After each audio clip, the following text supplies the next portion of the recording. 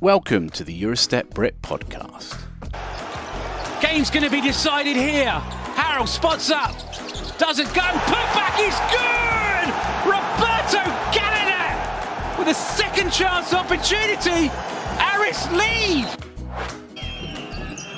Per Gunter for three, got it! Per Gunter, drei Punkte. Cullen, pull up three, no good. Orcus, the offensive board, he turns around and shoots. Got it at the buzzer! Hello, it's episode 21 of the Eurostep Brit podcast. We'll call this one A Bridge to Newcastle.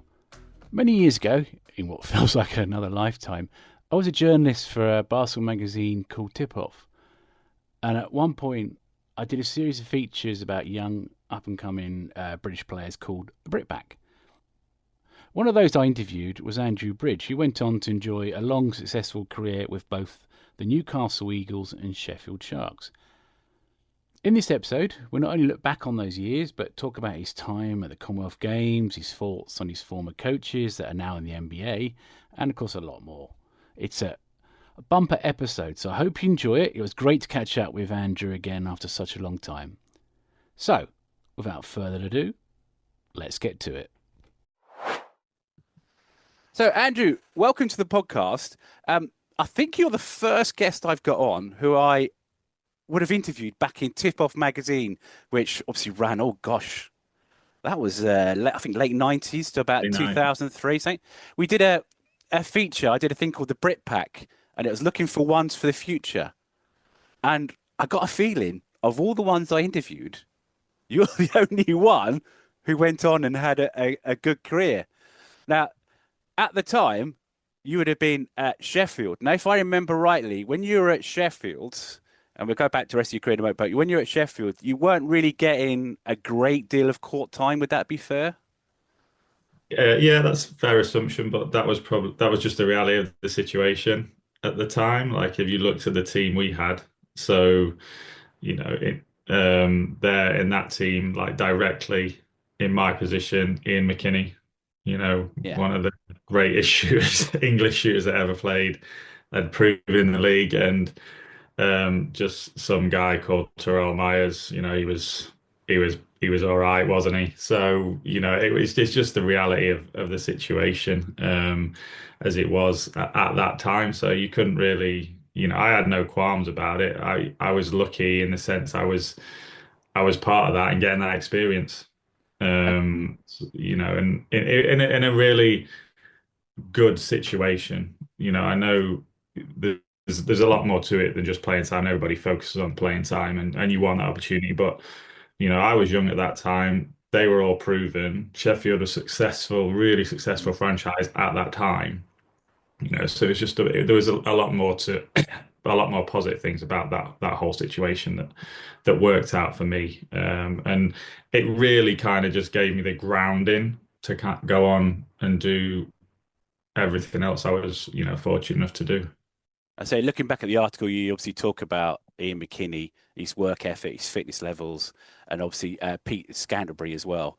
I mean, this is was this great learning opportunity for you to learn from these pros? Yeah, I mean, it was like, I think at the time, Pete was the best, longest tenured British player that played in the BBL and Budweiser League and all iterations of it. I think, it is a bit scary to think about, really, because I think he was like in his early 40s at that time, but the ability that he still had, like physically, was insane. And he constantly joked to me, he's like, "Bridgie, I've lost more hops than you'll ever have," which was true. But one of the things, with Scants, I always found really helpful, really encouraging, positive, but just in general as a guy, that I don't think I've ever heard any talk about, so funny and kind of bonding, in terms of someone that can bond a team together, that would never be seen publicly anywhere. But that was kind of him, his personality. And you kind of see over that 25-year career or whatever crazy amount of time it was, that and his teams were always successful, generally, early in the Thames Valley days, and then to Sheffield. just an underrated skill that he had that nobody would have ever talked about, but the people that were around him on those teams will know. How did the opportunity, you were playing in Mansfield, Yeah. how did the opportunity come about to join Chris Finch and the Sheffield Sharks?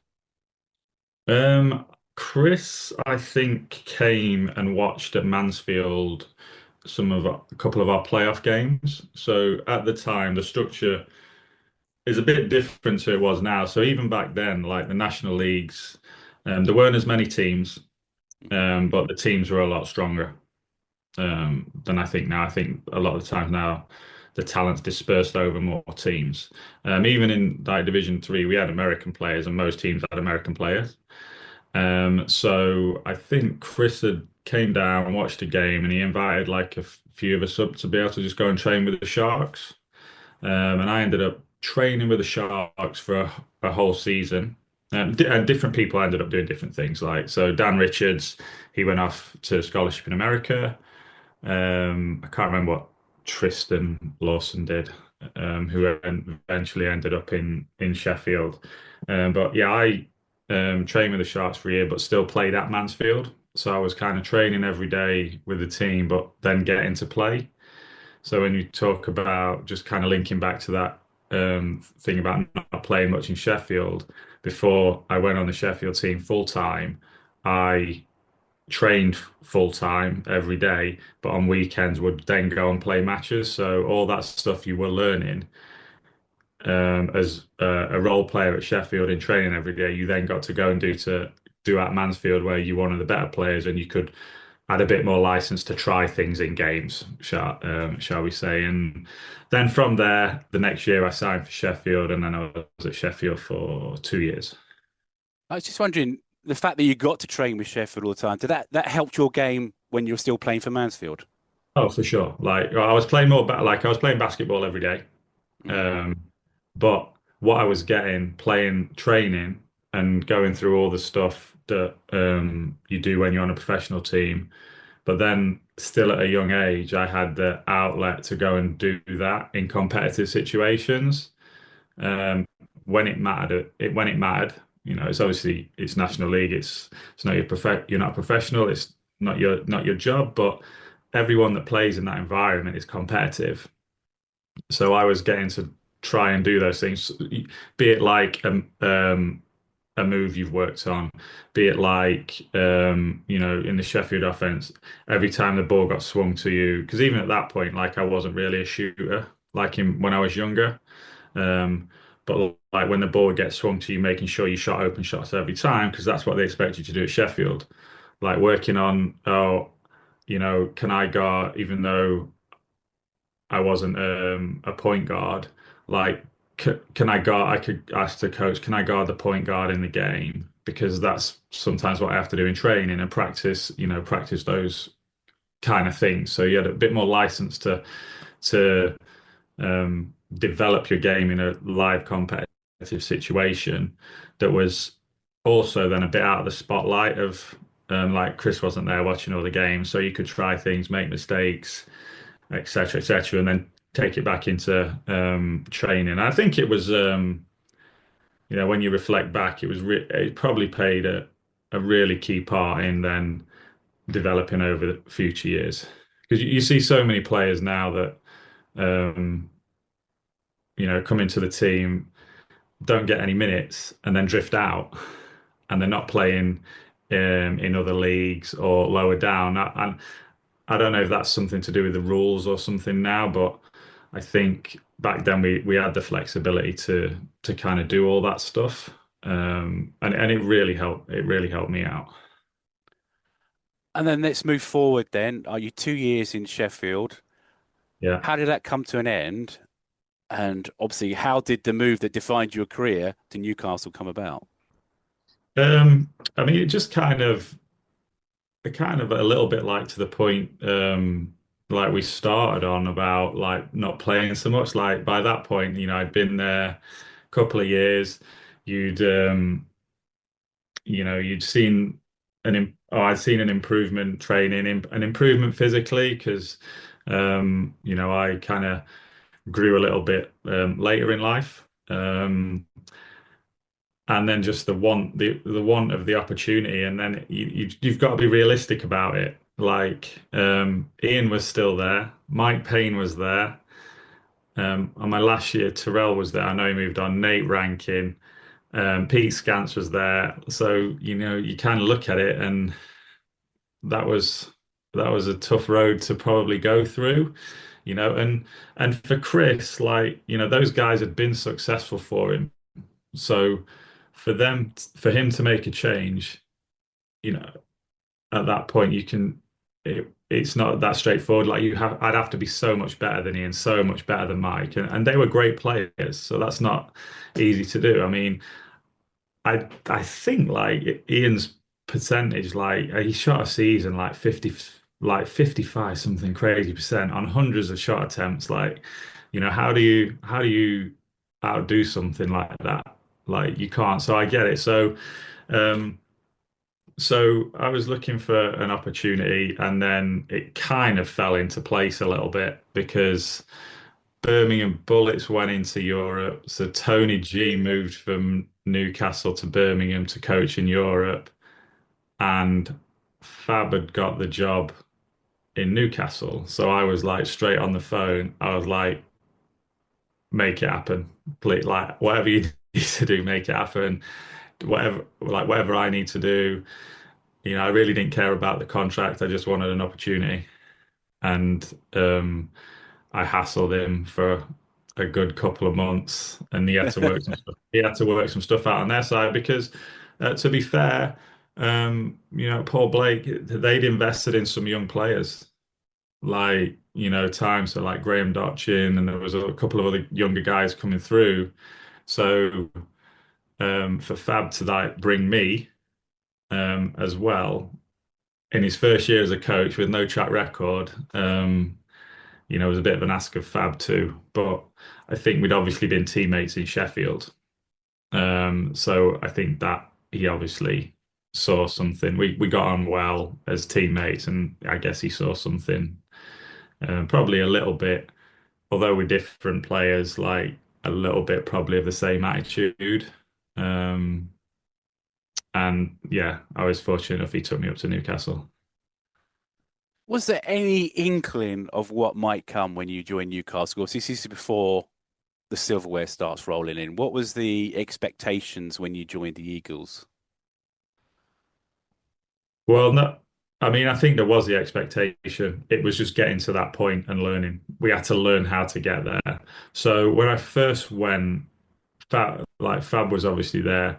TJ Walker and Jeremy Hyatt were both there. And they'd been, I think, at Newcastle for a couple of years. So like kind of two elite players were there in Newcastle. And then I think it was us about going, and we had, and in that year, the first year, we had Andrew Mavis too, who'd kind of just come off the couple of years before the Olympics, like who could absolutely shoot it, but he'd had an injury. So I think maybe it sat out, but and then we had an American forward called Nicky Arinzi, his first year out of college. I think he went to Wake.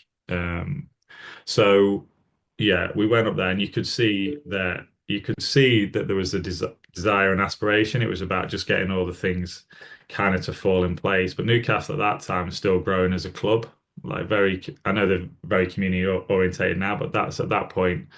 As players, we were heavily involved in that, and that journey, through growing the club and then getting to where we needed to get to. But I think Fab's thing at that time was he just wanted to be competitive. I don't think we expected to win, and I think we finished fourth or fifth that first year. And then I think we beat Thames Valley. Did we beat Thames Valley in the playoffs? And then Yes. maybe lost in the I think you did. Yeah, yeah. I was a Thames Valley fan. We lost to Newcastle a few times. And then we lost I think we lost in the semi-final then of the playoffs, and then that kind of like just gave everybody the taste. Because I think Newcastle before that they've been to a couple of finals. I think they lost to Chester in a trophy final. That Jet Wash year maybe. So it kind of set gave everybody desire to do it, and then the following year, like Fab developed like a core group that came back. Oh yeah, we had Charles Smith that year too. So he turned out all right. Uh, but yeah, it kind of, and then Fab kind of kept that group together. And then his thing was about just finding the right pieces to add, which which took him a bit of time, like 2 or 3 years to do it. So he had that group, and then he added really like English players, solid English players around that, and then um, we would just drop in that either one or two Americans in and out each year. But we really had that consistency, which helped us. You won your first trophies with Newcastle in the 2004-05 season. Just very quickly, obviously you'd won while you were at Sheffield. Yeah. Did it feel different winning your first trophies Newcastle because you played more of a role towards them, or yeah, it did. Yeah, I mean, it felt a bit different in that sense. Like, nothing like you obviously contribute, everybody contributes, like, but it's in different ways. And it was actually, when that contribution's actually in a live game in front of, thousands of people, it means more. But like, we obviously, people look to the final, but like actually I probably had one of in the semi-final of the trophy, we played Cheshire, and both semi-finals were at Telly West Arena, I think it was at the time. And we were down quite big to Cheshire in the first quarter. It's probably, I was trying to think about it. It might have been, it's definitely in the top 2 or 3 games of my career that I ever played was a semi-final. Didn't really do too much in the final, but in You got them there. terms of like, yeah, no, we're like scoring and all that stuff, but Yeah. like the game in the semi-final, like the semi-final was one of the best games I probably ever played, and unfortunately, no one seems to have got a copy of the tapes. I'm telling people, telling the kids, I'm like, I used to be able to do this, and they're like looking at you, nah, show me, and I can't. So, if anyone's got a copy of that trophy semi-final from 2005, I guess it was. Yeah. Yeah, I wouldn't mind a copy of that. All right. Well, there it goes out to the community. And from there, you talked about the jet wash season for Chester. The Yeah, following year, you get to do the Queen's Sweep of Honours. What was that yeah. experience like for you? You see, like I said, you've seen a team like Chester do it a few years before, but you get a chance to experience it yourself for your team. Yeah, I think we kind of got a taste a couple of years before, and then it was just like relentlessness towards it. Like, Fab, you used to come in and say like, I want to win everything. I don't want to lose a game, which is not necessarily realistic to never lose a game through the season, but we kind of went in and we got off to a good start. And I think to take the sweep out of it, any team that wants to win the league in the BBL or SLB, whichever iteration is, you've got to get out to a good start. And we kind of always came out like by Christmas every year, like 1 or 2 losses, or will put us in place. And I think if you look over the last 6, 7 years, the team that's been best around that has been like Leicester and Rob Paternoster, and he's got that consistency like to his team, and they beat the teams they should, and they don't rack up losses, and that then puts you in position to do it. So we kind of jumped out on that, and then thinking the cup final, we came out and we absolutely battered the London Towers, I think. And once we did that, yeah, it seemed like it could be a possibility, which it was. But that year we were up at Glasgow, I think, with a rival in the league. Or they might have been Scottish Rocks at that time, but they were the rival, kind of going back and forth because we had all the England Commonwealth Games stuff kind of mixed in and around all that, which was cool. So yeah, like I think once we had like minimal losses and we got the first one, like it kind of became a possibility. But that team was like that was a deep team. Like if you speak to people like now, that Darius Defoe, who I guess most people who would listen to this will know about, that was his first or second year really in the league. He's He still was going. just He's still going. Yeah, I don't know how he's still going, but he was just like an athletic phenom back then, and he didn't play that much. Whereas you look all like through the next 20 years, like how instrumental he is still is in everything Newcastle do. And I know people develop like as players, but like he was our eighth, ninth, 10th man at that point. So we were like deep team, and we added Olu Babalola like halfway through the season as well. So kind of a few things just fell into place for us. And even all the teams to do that, you have to be lucky. Cheshire, didn't really have any injuries when they did it. The 2 years I did it, we were pretty blessed injury wise because we had the first year we had a bigger rotation. The second year in 2012, like we really played like seven guys. Yeah. Do that. You're getting ahead of me now. Yeah. But I just wondering because I was wondering, obviously, that first clean sweep, you're like three trophies down, and then you go into the playoff final.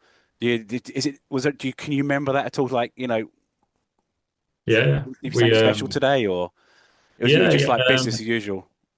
Well, I mean, I think because back then it was like a Final Four weekend. So we came out and we played amazing on the semi-final against Guildford. Like played really, really well, like across the board. Remember, Drew Sullivan had a good game. I shot the ball really well that game. And then so we're in the final, and then we were down at half time, and we weren't playing well at all. And it was kind of like in the changing room, we were like, "Are we really going to let this happen? Like, is this happening?" We came out in the second half. Fab Blight switched the lineups up, and he didn't really make many subs in the second half of that game, and we just kind of turned it up defensively, and that's why we won. Like we went, pretty sure we went to like quite a bit of zone, which we did play zone, but Fab's generally a man-to-man coach on defense, so he kind of switched it up at that point, and we had a pretty small lineup for the second half, and yeah, we came back. I think we ended up winning by 16, something like that. It was a pretty big point swing from in the second half in our favour, but by that point it was.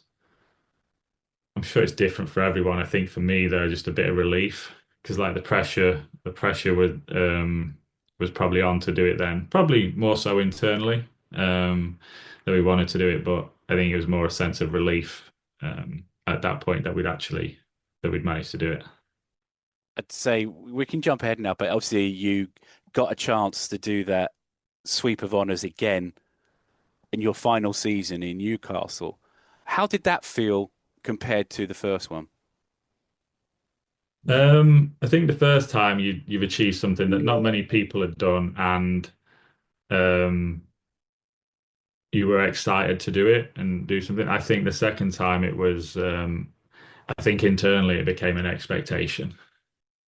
Like we've got the team. As long as we didn't run into any injuries, it was like, yeah, we can do this. I think it was a new team that year. The other team was kind of Worcester in the league, and I think that was probably one of their first. Although they had coach, I think PJ was a coach then.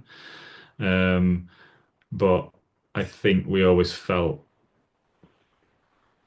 that we were probably definitely a better team, and we kind of expected to do it. There was a couple of other years we had a chance at it. I think in 2007 we won the league, lost both cup and trophy final. So it's not always a given that you're going to get there. And I think a couple of the other years we won three and didn't get the cup. So we'd been close a few times, and I think that year we got off to a really good start, and then I think it was like in amongst us we expected it because you'd got like four, I think, guys that had done it before, so you kind of I was just about to ask you that, yeah. yeah, you kind of like we'd done it, we'd been close a couple of times, so we were like, we need to kind of get this sorted, and I think it was an expectation internally that we would do it, and we signed Tomo that year.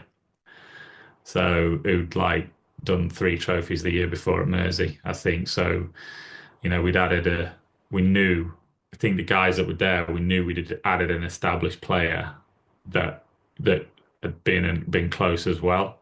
So I think that probably helped drive the expectation.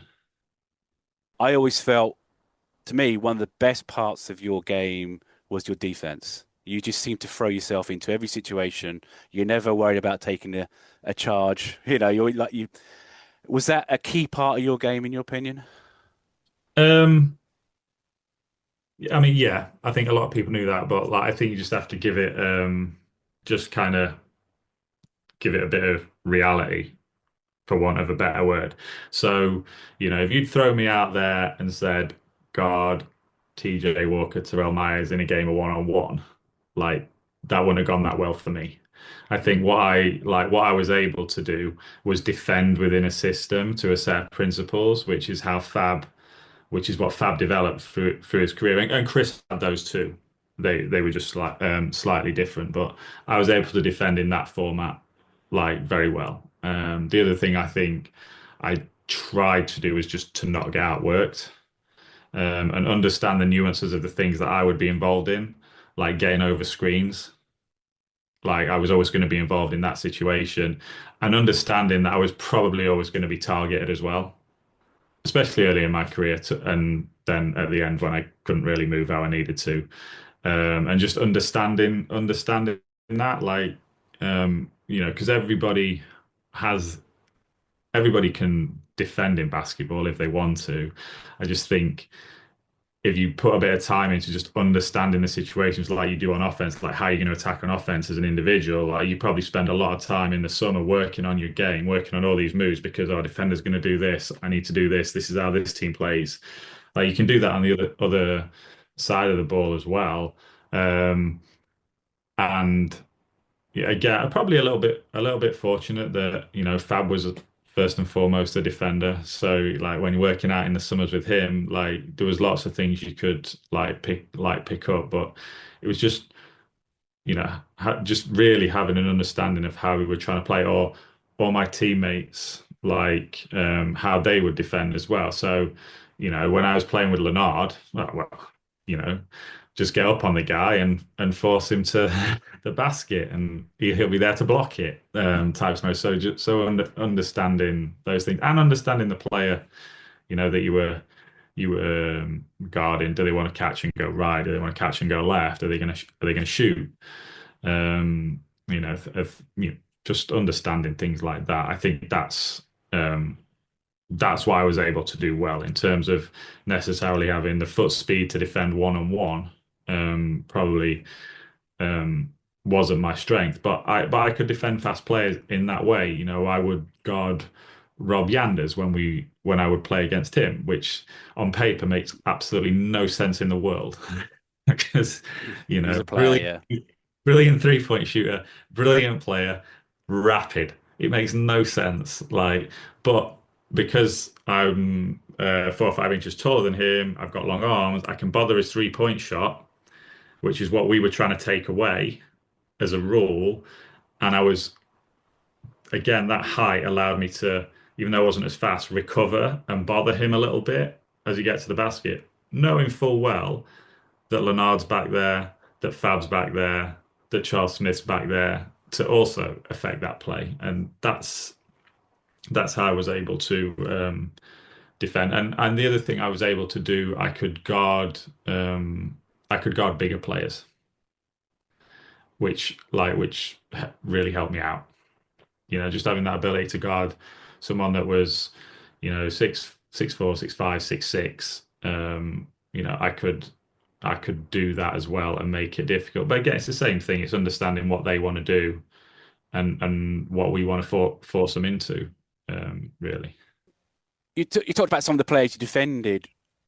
Who was your favorite opponent when you were a player? Who's the guy or guys you enjoyed defending the most?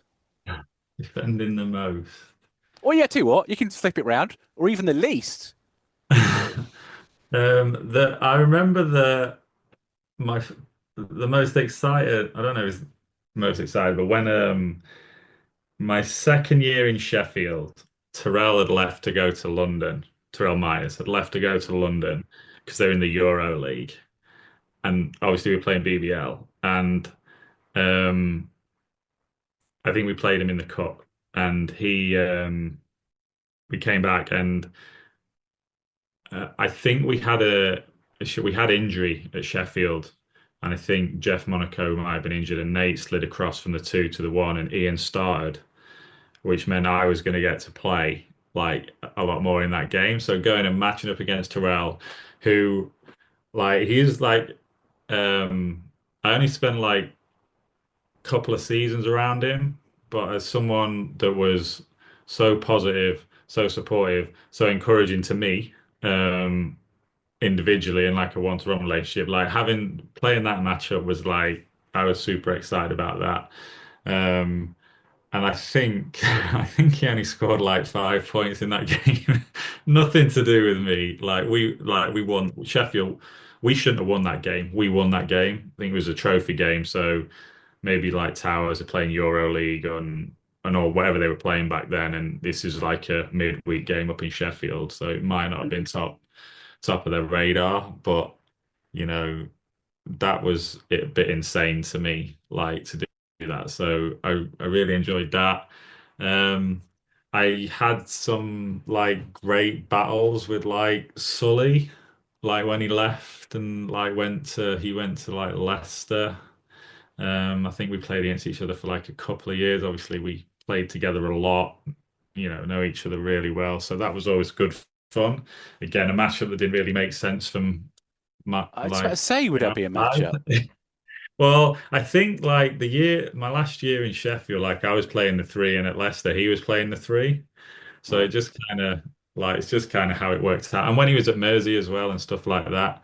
But I mean, I had some crazy matchups. Like Dave, when Dave Forrester came on, like a lot of people in the community will know Dave came on as like assistant coach. He would like, be doing the scout, and he's like, "Yeah, Bridgie, you've got Dave Aliu." I'm like, "What?" Like, he's big guy. You've got Rowe. I'm like, what? Like, I'm like, this makes no sense. But or Andy Thompson. But at that time, that was when the game's changing. Those guys like to shoot from the perimeter a little bit more. I'm like, yeah, but Dave, when they see me on them, Rowe just goes in the post and absolutely beats me up. But Oh, so it's you're responsible for Ant Rose one good season then? No, I'm only kidding. maybe.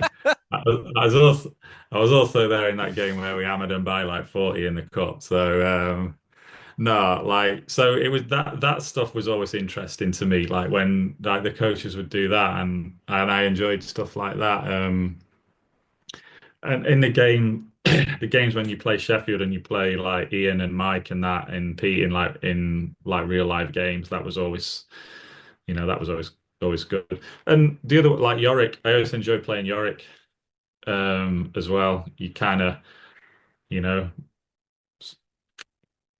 when he was like 5 feet inside the half they were shooting into, anything could have happened. It could have gone up and been shot at any point. So like that was always a fun matchup for me and whatnot. And I think there was well, hopefully there was some mutual respect there, like kind of both ways. We just played hard. Like Yorick's a great guy off the court.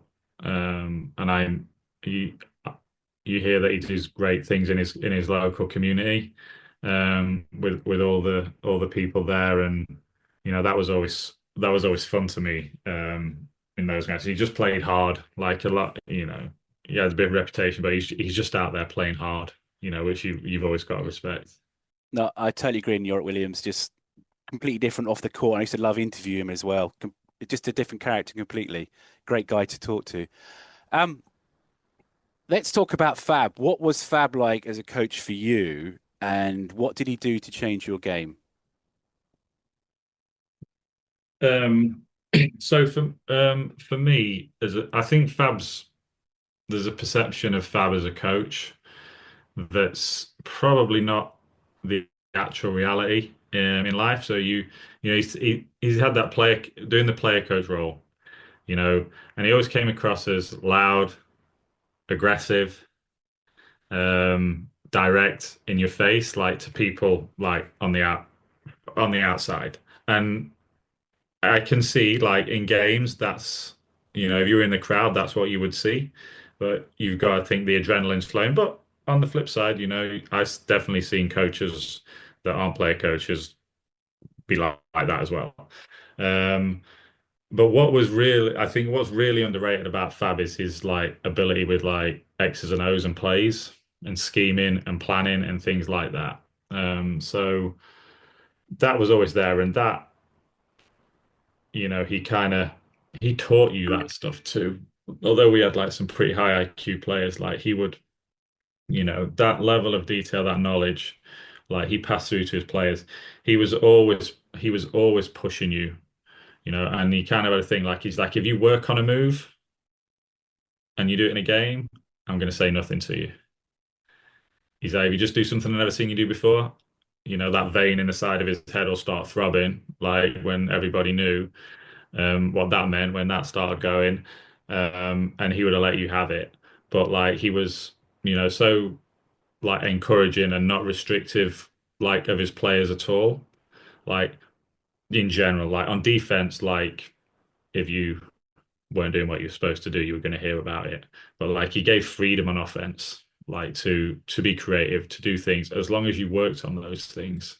He was okay with you. It is crazy. Like if you think where he is now and the way they play the game in the NBA and the distances and everything they shoot from. I remember in my second or third year, we were shooting those shots in practice. Like I never dared shoot one in a game, and I mean, you probably would now if you were playing, but like we had drills where we were shooting threes from like 5, 7, 8 feet behind. And I bet if you went and got tape out, you'd see Jeremy Hyatt shoot those shots in a game and make those shots. But it was like that he either was studying the game and saw that was things like that were going to happen. But it was like his aptitude for coaching, his understanding of the game probably was overlooked massively, just because he had the other role. So let's bring your time at Newcastle to an end. You get to finish your final season with the Eagles was that second clean sweep. How did it come about for you then to leave Newcastle after the end of that year?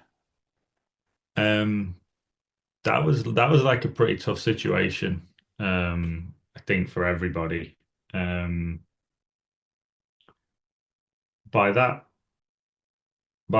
point, I think I was probably starting to decline a little bit in terms of like more so probably physically than anything else. And I think as well, to be fair, like the game was evolving, and I was pretty tied to like these are all the things we've done and we've been successful, and the style of play was changing a little bit. And in hindsight, maybe I didn't embrace that as much as I could have. Um, you know, we had a formula that was winning, and I'm like, we just won four, and I suppose it spoke a little bit to Fab's. We won four playing a slightly different way than the first time, but yeah, I was probably a bit more hesitant, and like, me and Fab spoke about it, got into it like a few times, off the court, and he's like, I need you to shoot these shots. I'm like, I don't think they're good shots, Fab, which is kind of a bit strange. Like when the coach is telling you to do something and like the player's resistant to shooting. So it just kind of, I suppose, in one sense, came to a natural end through that, through some, others, other stuff. I was, no point. I was like well paid at that time, like especially for the BBL, and from Paul Blake's side and Fab's side, like that would have been a chunk of their budget, when they were trying to go in a different way. So I spoke to Sarah Bakovic at Sheffield, and they made it happen, and it was kind of a nice bookend for me, like actually going back and having a season at Sheffield where I played and played a lot. So that was, that's kind of how it came about. And again, in hindsight, that you would never have known, it worked. It worked out like as well as it could have because we won a trophy in Sheffield that season, and I'd say you're going back to Newcastle didn't. completely, yeah, yeah, exactly. You're going back to a team which is completely different sharks to the one you left. Ownership, venue, everything's completely different. Yeah, But yeah, I got to talk about that season because obviously you won a couple of clean sweeps with the Eagles. I mean, you didn't know at the time, but when you won that trophy final, of course, you're ultimately ending Leicester's hopes because they would yeah, win the other three that year. yeah. Let's let's talk about that final season. You said you got to play a lot more. What was the final your highlight of that season, or was there something else that stood out Yeah, for you? no doubt. Like we had a really rough start. Like they made a couple of changes to the team early on um, that kind of changed things around, and then we kind of got on a bit of a roll, but not to the point where we were going to be influential and challenging for the leagues. And less Leicester generally that year were a really tough matchup for us. I think they blew us out in like every other time we played them, which was difficult. But when you get to kind of a final, um, sometimes it is different. There's not that many blowouts in finals. There are some, but there's not that many. Um, and we matched in theory and on paper, we matched up quite well with Leicester. Just in the time, every time before we played them, the reality was it didn't work out in our favor.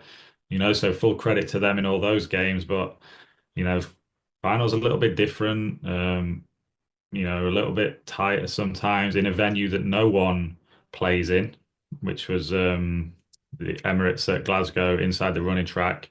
So that's a new thing for everybody. And it was a close, tight game. Like, we were up a bit, they were up a bit, and it came down to a couple of plays at the end that went in our favour on that occasion. I mean, maybe I don't. People said, and you read, oh, Leicester were heavy favourites. They'd have looked past you. Like, I know people on that team. I can't believe that was a situation with like Rob Paternoster involved and Drew Sullivan, Rowe. I can't believe that was the situation. They wouldn't have done that, but they're going for it for the first time, and they got the first one, and we're probably going to get the league, and maybe the little bit of pressure there. Who knows? I'm trying to think. Was that the season where you were in danger of missing the playoffs at that point? I'm I trying to think we think. finished seventh. We finished seventh, yeah. But I think at that point you weren't in the Were we playoff race out? as such, I can't or remember. close to it. I can't remember. I just feel was that the season you were really struggling, and then of course beating Leicester in that Yeah, final. yeah, we did get on a roll. We did win a bunch of games towards the end. We had a bad start. Like I said, we had a bad start. We were pretty average at that point, but we got on a roll, kind of figured out a way to play. Like we changed, we had a BJ Holmes and then we added a guy called Demetrius Jameson, and that kind of helped us out. And we just kind of figured out a way we could be competitive in the games. And we were a good defensive team. We just struggled a bit to score, but we kind of figured it out enough in the end. And I can't remember how many games you had to win the trophy that year, but we got it together enough at that point. And then I think we pretty much we made the playoffs, but we pretty much flamed out after that. But you mentioned a little while ago about a bookend to your career. Obviously, can't do better than winning the trophy, can you, to finish? Did you know at that point you were hanging them up, or did that come later? Probably knew. I probably knew in the February. Um, like we used practice at EAS, and I remember like we were doing a drill, and I remember I did part of the drill, and I remember thinking to myself like, what am I doing? Like, what am I doing? I think for me, it was more of a case of frustration than anything else, than not wanting to play. Yeah, it was harder to play at that point, like physically, but I think it was more the fact that I couldn't do the things I'd been able to do previously, or do them the way I wanted to do them. And it was just frustrating, that more than anything. Players I could compete with, or I thought maybe I was better than, were, scoring on me, beating me, or at the same level as me. And I just, I struggled to do that. Like plays I would make, or rebounds I would get, or, drives, um, like getting to the basket, like that was kind of not really happening. Like at that point, I was just like, basically becoming like just a standstill shooter, and that wasn't ever always really my game. Like I used to get offensive rebounds. I used to be, we could get to the basket and get on ones and all that stuff, but that kind of just wasn't happening, and it was just frustrating more than anything. So I kind of knew. I trained all summer, like I was going to come back. Um, Sheffield kept a spot open for me, which was great. But yeah, I just knew, like at that point. I was still living in Newcastle as well, like generally. And that the year after, I practiced with Newcastle a couple of times. But yeah, which was cool and everything, but it never went anywhere. I think I'm not sure. I'm not sure if I could have played, like, because when I knew I was going to retire, like I don't know, if I had a midlife crisis or something, but I signed up to do a Tough Mudder, because you couldn't do that while you were playing because of your contracts and everything. So I did that and lost a bunch of weight and got like real skinny. And I remember going to one of those practices with Newcastle, and Drew Lasker hit me, and like I came up all bruised and like I couldn't move for a couple of days. I'm like, I'm not sure I could play basketball this skinny. Like those guys that play that skinny, I don't know how they do it.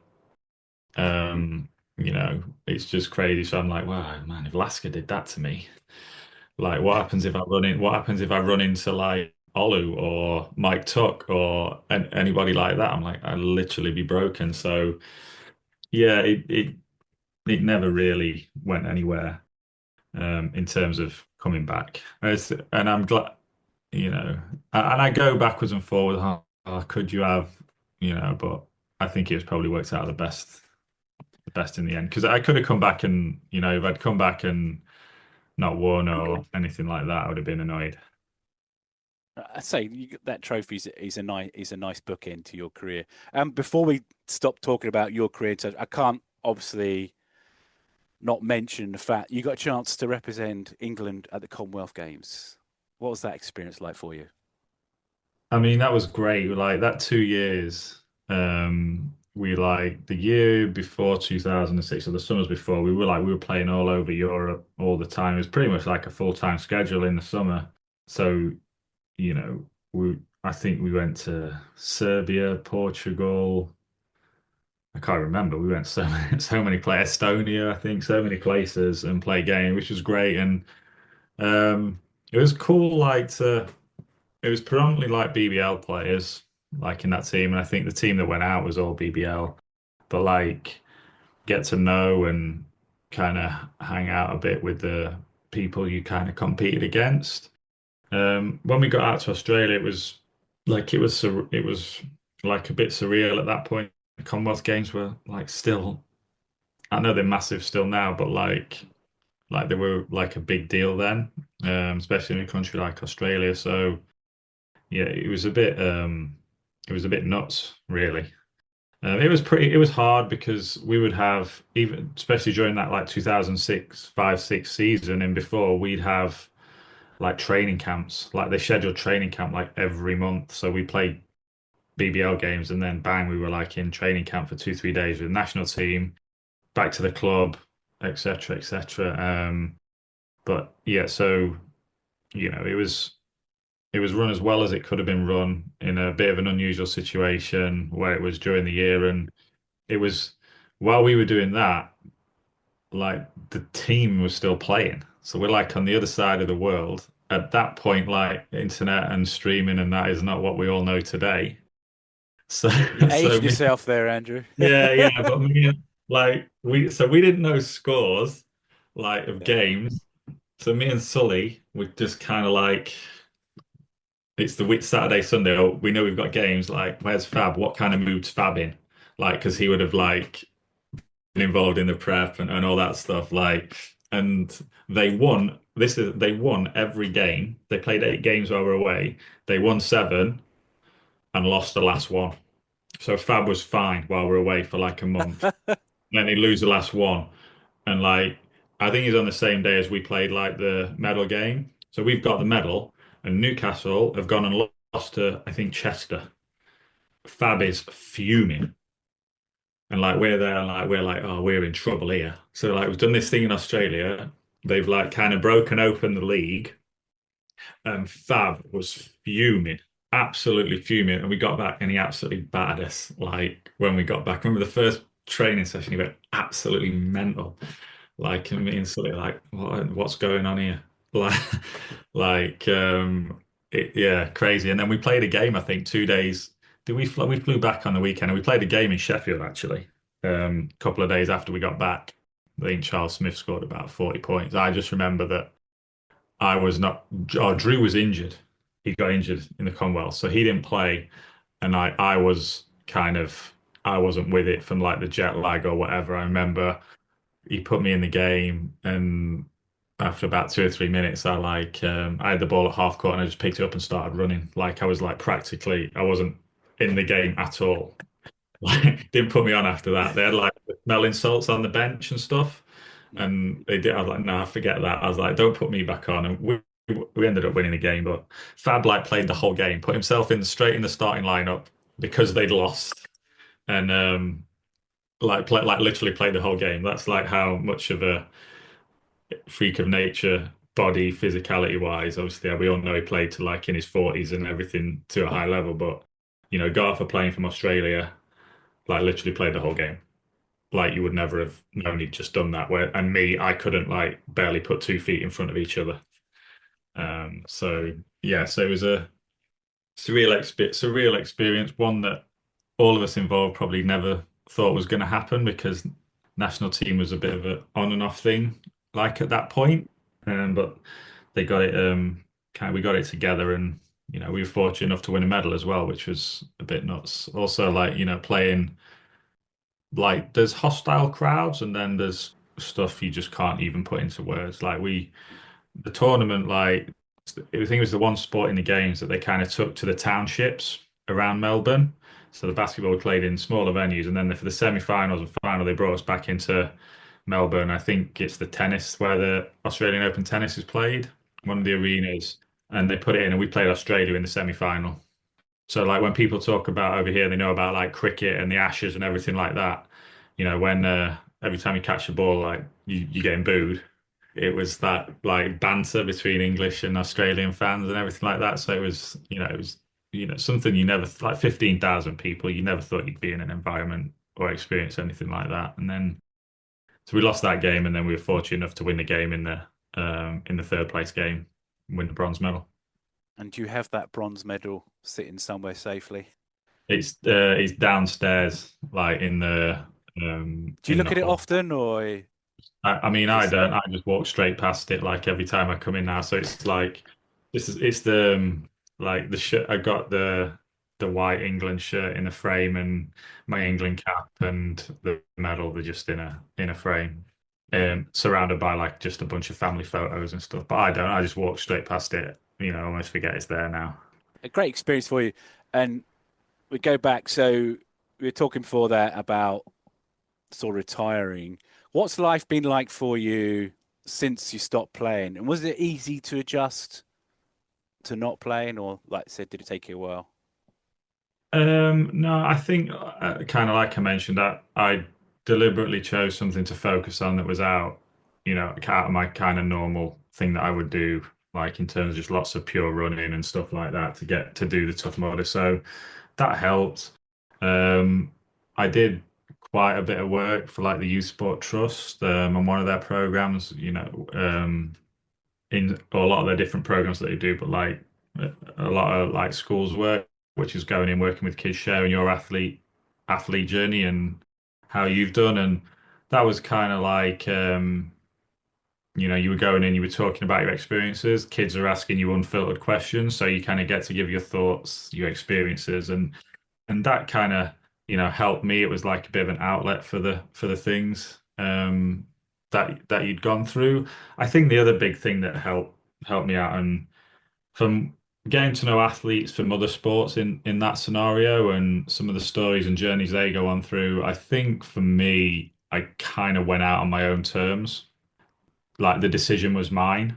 And athletes or people that you see have struggled, some of my feeling around that is they're the people that couldn't make their own decision or choice. So it was maybe through injury, you know, and they didn't go out on their own terms and they have to deal with the challenges and the emotional experience that comes with that. Whereas I didn't have to do that. I could have kept playing if I wanted to. I chose not to, and I think that helped me be at peace with with that decision. Does it feel like it's been, what, 12 years since you hung them up? Yeah, 12. Does it feel like it's that long, if you know what I mean? Does it feel like that? It's like a Yeah, different world. it's different now. Like when Yeah. you see it now, you watch it, you're like, nah, there's good stuff going on. There's sometimes stuff you scratch your head at. What I would say is about the state of the game now and the players, especially like the talent across the board, like in the depth of talent and the skill that a lot of the players have, or most of the players have, is probably in a higher than when I played, like across the duration of my career in terms of the shot making, the shot creating, and all that stuff. No, the game's different, but the talent that they have, that's obviously come through the system, whichever road they take through the system, through junior basketball, like is better now. Whether that's because you know players when I came through, oh, you're 6 foot, whatever, you're a post player, that's all you do, you don't dribble. Whereas that seems to have totally gone out now, and the post players have all those skills, guard skills as well. So that's great across the board. Maybe if you look back to like when I played, I probably think the basketball IQ was better, Mm. like back then.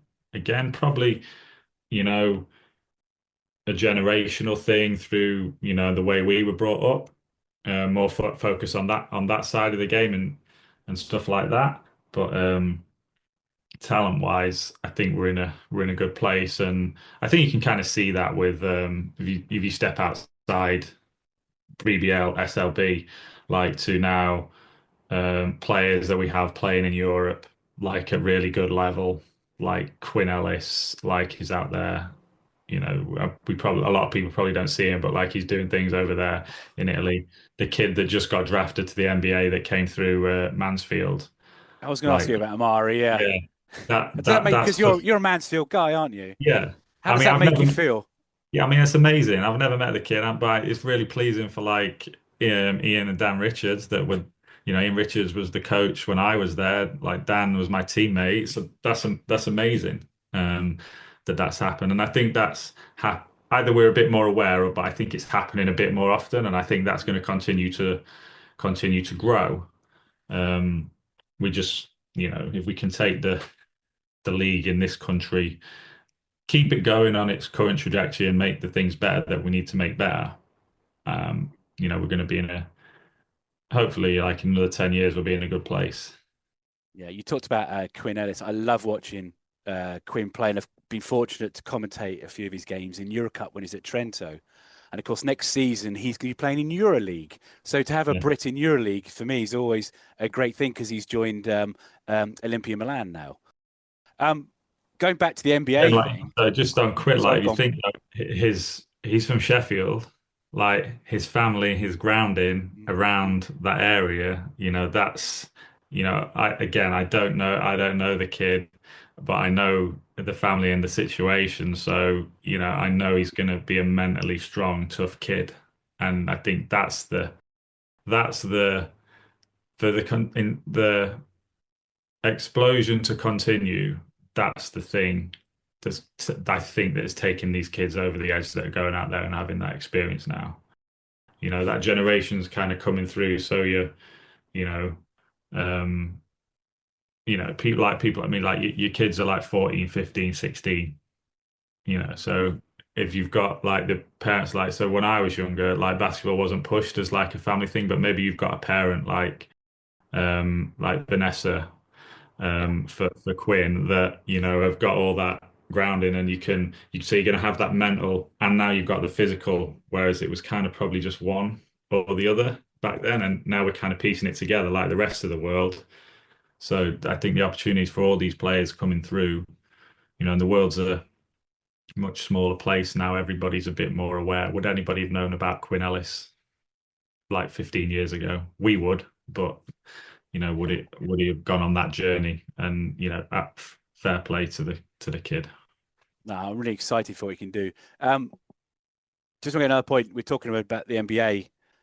How does it feel? You two coaches that you played for are now in the NBA. Obviously, Chris Finch at Minnesota, and Fab's an assistant coach in the NBA as well. How does that feel knowing that? Did you ever expect them to go on to that sort of level? Was that a surprise to you?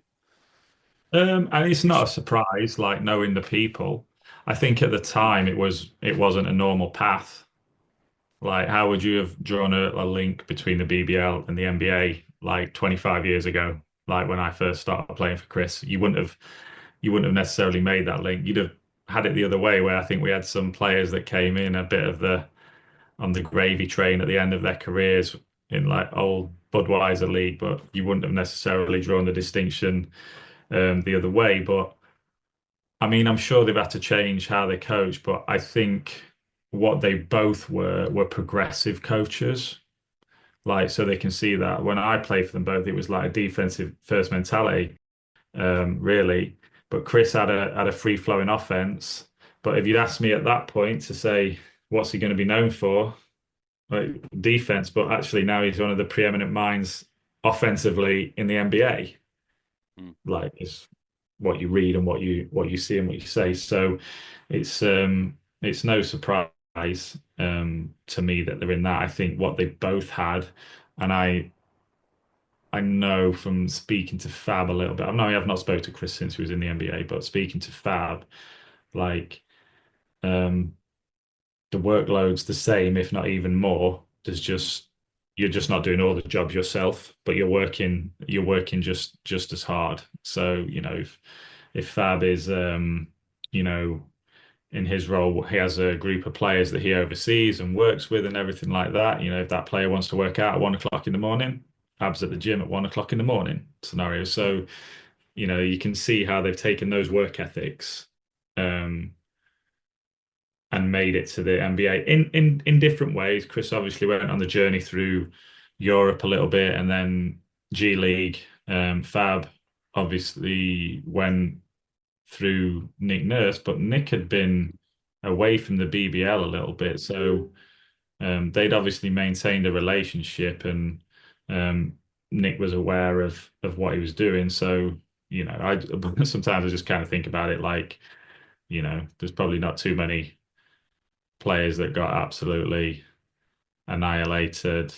told how bad they were off two NBA coaches, and then Nick Nurse coached against me, and he used to tell me how bad I was, like on the sideline and stuff too. So it's a bit crazy, like when you think about that. It does feel a bit surreal because obviously Nick won an NBA title with Toronto. Chris Finch got Minnesota so close to the finals this year. And of course, like I said, Fab's an assistant for Nick. It just feels really, really bizarre.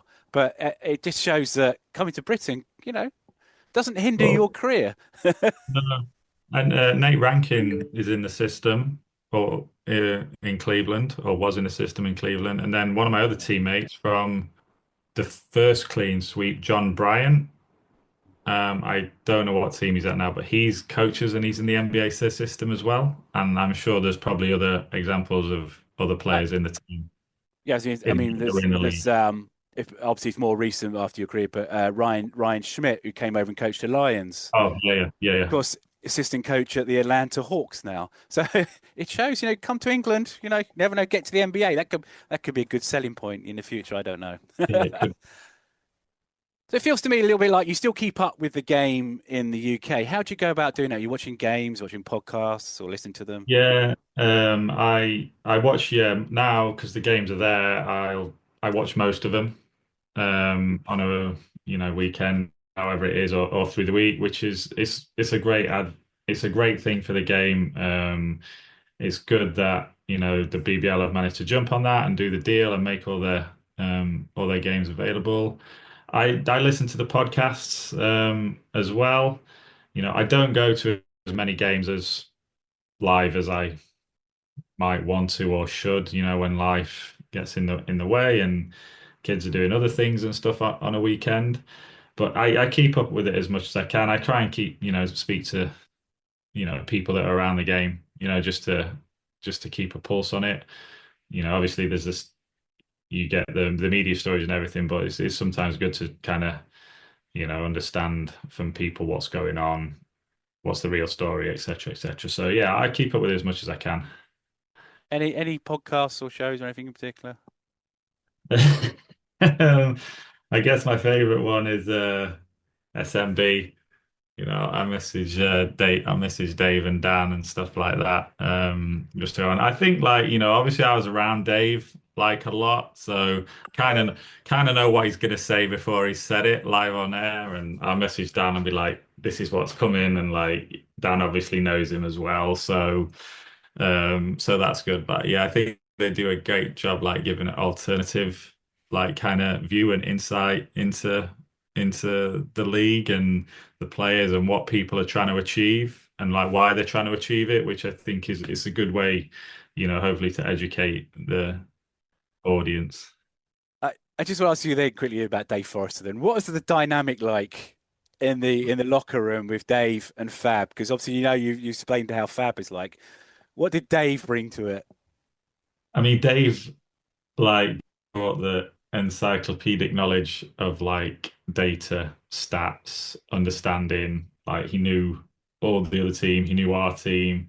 I think he probably walked into some of those half times and after game things thinking, what's going to happen here? I know the coaches saw before they come in, but you know, and there were times where Fab could be all right, and then I don't know, he just gets to talking and he would just lose it. So I think, Dave sometimes probably wondered, what was going on like a lot of the rest of us, but he definitely like kind of like I remember him like when I first went to Newcastle, he was like sat courtside like having a go at the refs, the crowd, the opposition, the Oh, was Newcastle this when he team. was a season ticket holder? He used Yeah, to when he sit was on the season ticket sideline. holder. Yeah, Yeah. yeah, yeah, yeah, yeah. And then like he was obviously, doing a bit of the scouting and stuff like that. And then he came on as like assistant coach, and then, Fab he got suspended one time. He was head coach, and then he wasn't very well. And like Dave's the head coach for I don't know how many games and stuff like that. So, it was a bit crazy. Um, I remember. I think one of the first games, like he was like head coach, and like just with me, like we're down players and whatever, and I think I'd played the whole first half of a game, and he's like, "I'm gonna bring you out to rest you." I'm like, "Dave, there's 15 seconds left. I'm not coming out." Like, but which is like not really a Dave thing to do, because he was like so on top of all the analytical stuff. Mm. So you can see like sometimes you get thrown into it. The other thing with Dave is like with the team, you never knew what he was going to turn up wearing. You know, the shirt and tracksuit bottoms and like dress shoes was a go-to look for a while for Dave. But Was this in coming straight from work then, maybe? I hope so. I hope he'd not gone to work like that. But he was a great guy, and he was always thinking outside the box. Like I think I referenced it before, like, oh, Bridget, you've got so and so, like you've got Dave Elliott, you've got Tomo, you've got Rowe, and then the next game you've got Yanders, and like so he's always kind of thinking around that. Because they're going to shoot jump shots, so we don't want a big player away from the basket, like whatever his thinking was around that time, and he evolved like well, they've never said, but I'm going to assume he evolved like some of the things that had been core principles for Fab, like based on percentages, based on data. Because we always used to force everyone to the baseline in the early years, and then you could see when Dave got there a little bit, like force this player left, even if it was to the middle. You know, we had even points where we were like, don't guard that player. I'm like, what? Like, don't guard him. Like, which is, a weird thing to tell about Twitter, but great guy, like really passionate about it, still clearly passionate about it, probably a little frustrated about some of the stuff that goes on, like a few people are, but I mean, and then he was there after I left too, so and that success continued. He's recruited some like great players like to the league as well. And I'm sure probably he's still involved in some kind of way up there in Newcastle. But yeah, it was he's a good guy to be around, and it's good that he's forging his own media career. I'd say without him, SMB would just be 5 minutes of Dan saying the results. That's what it would be. We're going to have to bring it to a close there. I think it's a great topic to finish on. It's been an absolute pleasure to get you on today, Andrew. It's been so good to look back on your career, some of the highs, the lows, and I wish you all the best for whatever you do in the future. Thank you so much for joining us today. All right, thank you. No worries. And finally, if you're enjoying what we do, please make sure to like, subscribe, or even share the pod on your social media. Every little bit of support helps. Until next time, my name's Niall Gray. Thanks for listening. You've been listening to the Eurostep Brit podcast, a Hoops and Hockey production.